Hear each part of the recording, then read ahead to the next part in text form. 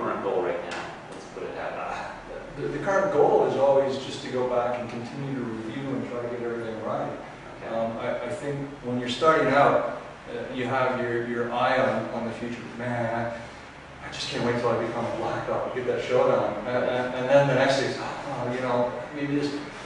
When you're looking back, you're like, man, there's a fifth dan. I hope I'm not embarrassing my teacher. I hope that nobody's looking at me and saying, man, his fundamentals are horrible. So, you know, after getting the shidoin and getting the kihon, you're kind of feeling a sense of responsibility, or giri as we say in Japanese, and you're looking back and saying, I really need to get this right, otherwise it's going to all have been a joke, and I'll be an embarrassment to the sensei and the system. So maybe there's a juxtaposition somewhere in the middle where you feel comfortable, but I've never been comfortable on the other side, and there's always been something left to work on. Okay. You talked a little bit about rank and responsibility. Can you, and I didn't mean to use that as bait for this next question, but what in general is your opinion of rank? Not for yourself per se, but just rank as a tool. Sure. As a tool, it's a good measurement for progress, and that's a double-edged sword. I remember one time, and I'll put it this way, when I was here in Okinawa, I was training Yoshinkan Aikido, and then I moved up to mainland, and I joined the Yoshinkan Aikido group. Same association, same headquarters dojo in Tokyo, different Shibu instructors who had worked out their Q grades a little bit differently. So when they asked me, well, what rank are you? I said, well, I'm Yonkyū. So, okay, great, stand over there with the Yonkyūs and join in training. And very quickly I realized that the Yonkyūs hadn't covered as much ground as I had as a Yonkyū. So after class we talked about it a little bit and found out that they started at Gokyu. Okay. Here in Okinawa we started at 9th Kyu. Okay. So from 9th Kyu to Gokyu, or Yonkyū, I had covered a fair amount of material. From Gokyu to Yonkyū, they'd covered less material, but yet we were then the same ranks. So you can see where, yes, it's great to have a system that segments the syllabus into absorbable chunks, but when you start to take that out, and even in the same system, compare them to each other, comparisons sometimes break down.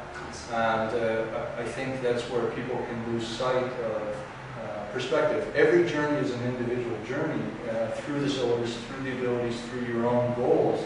And that's really where you should measure yourself. You shouldn't say, well, I've made Nidan or Sandan, and this other fellow is a Shodan, therefore I must be better than him.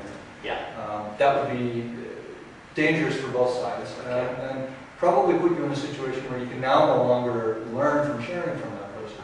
So rank is something to be cognizant of, but I think the main idea is to just keep the eye on progress and always keep an open mind. And who knows, maybe that Shodan will be teaching the Godan something. I know it happens with me. Decent. Any parting comments you'd like to give to people that are contemplating coming here to live, or even just to visit, but primarily people who would be contemplating coming over here to enhance their martial arts experience and training? I would encourage everybody to do that. I know it's a lot of money. A lot of the people that have come here have put other segments of their life on hold. I was in Japan when my father passed away. I wasn't there for that. I know people that have given up business opportunities to come over here. So there is sacrifice in coming here. Yeah. A lot of people do it. Therefore, there must be something worth doing it for. Yeah. It's a balance in your life. You got to work it out. If you can make it, you'll love it. It's going to have to be a personal decision. Tim Drury, nice to talk with you today. Thanks very much. And thank you all for listening.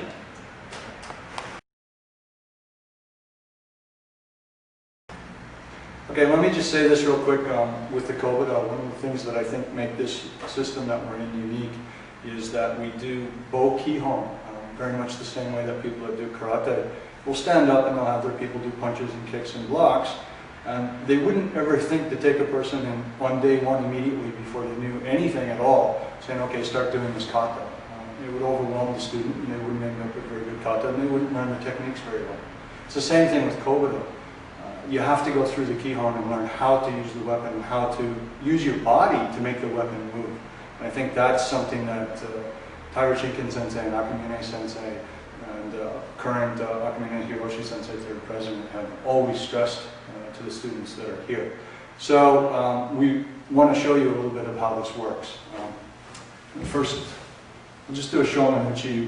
The idea is to take the body and then drive the bolt from the body.